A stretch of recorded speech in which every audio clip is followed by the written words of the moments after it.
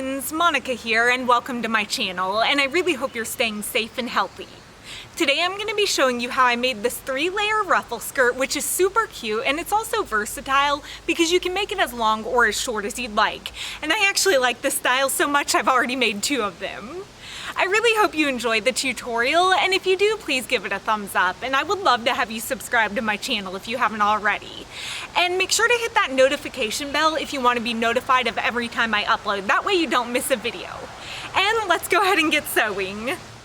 For this project, you'll need a light to medium weight non-stretch fabric. I used a little under 2 yards of this lightweight flowy fabric for my skirt, but the exact amount you'll need will depend on how large or how long you want yours to be. So if you make it a lot longer, or if you plan on adding more layers, you will use quite a bit more fabric.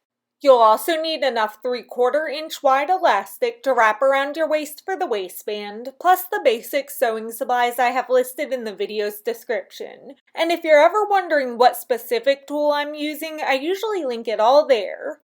This skirt is made up of 3 layers of fabric that get larger as it goes down to create the ruffled effect, and each of those layers is made up of 2 rectangles that are sewn together. To start, we'll be cutting out our first set of rectangles for the top layer of the skirt, and we have to do a couple of measurements and calculations to see how big to cut them. To see how long to cut these rectangles, find and measure around the largest part of your lower half. So whether that's around your stomach, your hips, or wherever, take your largest measurement. For me, that's around my hips, which is 43 inches. Then add 5 inches to your measurement, so I got 48 inches, and this adds seam allowance plus the extra room we need to get the skirt on and off easily since we're not using a zipper. Finally, divide that number by 2, and the number you get will be the length of each of these first 2 rectangles, so mine are 24 inches long. To see how wide to cut out these rectangles, decide how long you want your skirt to be by measuring from your waist where you want it to start down to wherever you want it to end. I wanted mine to be 21 inches long.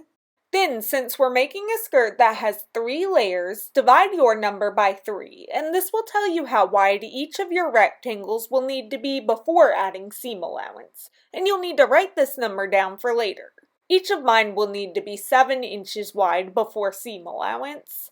Finally, add 2 inches to that number to add seam allowance plus the room we need to make our waistband, and the number you get will be the width of these first 2 rectangles, so mine are 9 inches wide. Cut out your 2 rectangles based on the numbers you just calculated, and if you're using fabric that frays, you'll want to cut them with pinking shears, which have a zigzag pattern on the blades that will help prevent fraying. Now that you have the rectangles for the top layer cut out, we'll cut out the middle layer next. To see how long to cut these, plug in the length of the top layer of rectangles into the calculator and multiply it by 1.5, and this will give us the extra room we need to create the ruffles on the skirt. The number you get will be the length of each of these middle rectangles, so mine are 36 inches long. To see how wide to cut these, plug in the width you wrote down earlier that each rectangle should be before adding seam allowance, and then add 1 inch to that number to add seam allowance. The number you get will be the width of these middle rectangles, so mine are 8 inches wide. Now we have to cut out our bottom layer of rectangles too. To see how long to cut these, plug in the length of the middle layer and multiply it by 1.5, again to add the room to make the ruffles, and this will be the length of each of the final rectangles. Mine are 54 inches long. And for their width, these will actually be the exact same width as your middle layer, so that makes it nice and easy. Mine are 8 inches wide again. Now that all the layers are cut, grab your top layer of rectangles. Lay them together with the correct sides of the fabrics facing together, and pin and sew along the short ends using a 1/2 inch seam allowance and a straight stitch for all your seams. And always backstitch at the beginning and end of your seams to secure the stitches unless I mention otherwise. Then take this to the ironing board and press the seam allowances open with your iron so they lay neatly.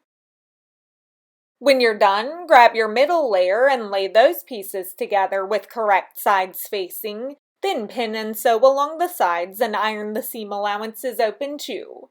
And repeat that process with the bottom layer as well.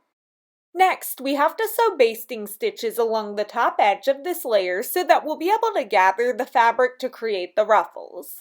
Basting stitches are long, straight stitches that make it easy to gather fabric, and to sew them you'll need to change the stitch length on your machine to the longest length possible. Mine went up to 4.8. Pull several inches of your thread out so you have a long tail of thread at the beginning of your seam. Then start sewing about 1/4 inch away from the top of the fabric. And it's very important that you don't backstitch at the beginning or end for this step. When you get back near the beginning, stop sewing right before where your stitches started so you don't overlap the stitches, and again pull out several inches of thread before cutting it. Then repeat that process one more time to sew a second row of basting stitches right near the first, and when you're done you'll have 2 rows of long stitches at the top of your fabric. Lay the bottom and middle layers turned right side out, and now we'll use the basting stitches to gather the bottom layer down so that it becomes the same size as the middle layer. To do this, grab the bottom bobbin threads from both sets of stitches and begin pulling on them gently to start gathering the fabric together. Be super careful as you do this so you don't accidentally break the stitches, although if one does break, don't panic. We sew 2 rows as a backup just in case. Continue gathering the fabric down, which will create the ruffles, and do this until it lines up with the size of your middle layer like mine does here. Then make sure that those gathers are evenly distributed all around the fabric. When you get it evenly gathered, turn the middle layer inside out and wrap it around the bottom layer like so that the correct sides of the fabrics face together and the top edges line up. Match up the side seams on both pieces and pin them together on one side, and do the same on the opposite side too. Then pin the pieces together every few inches around the rest of the rectangles, making sure to keep the fabric gathered evenly as you pin. Sew to join the pieces together using a 1/2 inch seam allowance, and don't forget to change your stitch length back to normal so you're not sewing a basting stitch anymore. After you're done sewing, your bottom and middle layers are now joined together, and next we have to sew another set of basting stitches just like we did before, but this time we'll be sewing them around the middle layer of fabric. Use the basting stitches to gather the middle layer down so that it becomes the same size as your top layer, and again make sure that the fabric is gathered evenly all around the rectangle. When the layers match up, turn the top layer inside out and wrap it around the middle layer so that the correct sides are facing together. Match up and pin the side seams together on both sides, and then pin in smaller increments around the rest of the rectangle just like you did before, keeping the fabric gathered evenly as you pin. When you finish pinning, sew to join the pieces together, and now all 3 layers are attached. Next, we have to make a casing or tube along the top edge for our elastic waistband to go into. To do this, turn your skirt inside out and fold the top edge over about a 1/2 inch, then fold it over again another inch this time and pin it into place. Double fold the next section a 1/2 inch first and then another inch and pin it down. And continue doing this all the way around the waist, ironing if needed to help the fabric stay in place. When you get the entire waist double folded and pinned, sew around the fabric to secure the casing, but leave a couple inch gap unsewn so we can feed the elastic in through it later. Sew about 1/8 of an inch away from this bottom folded edge so you have enough room for your elastic to fit through. And when you get back around near where you started sewing, don't forget to stop sewing to leave that couple inch gap in the stitches. To see how big to cut the elastic, wrap it around your waist where you want the skirt to sit, stretching it slightly so that it's snug but not uncomfortable. Then cut it a 1/2 inch larger than the size you need. Hook a safety pin on one end and push it in through the opening you left in the casing so that you can feed the elastic all the way through the skirt, but be careful not to twist the elastic as you do this. When you pull it back out of the other side, remove the safety pin and lay the two ends of elastic on top of each other, then sew back and forth several times with a zigzag stitch to secure them. Pull on the fabric to get the elastic to lay flat inside the casing and sew over the opening to close it, and then tug on the waistband a few times to gather the fabric evenly around it. Sew a row of straight stitches right over the elastic on top of both of the side seams, and this will help keep the elastic from twisting when you wash and wear the skirt. Finally, we just have to hem the bottom edge, so turn the skirt inside out and fold the bottom edge over about a 1/4 inch. Then fold it over one more time another 1/4 inch so that the raw edge is hidden, and pin it down.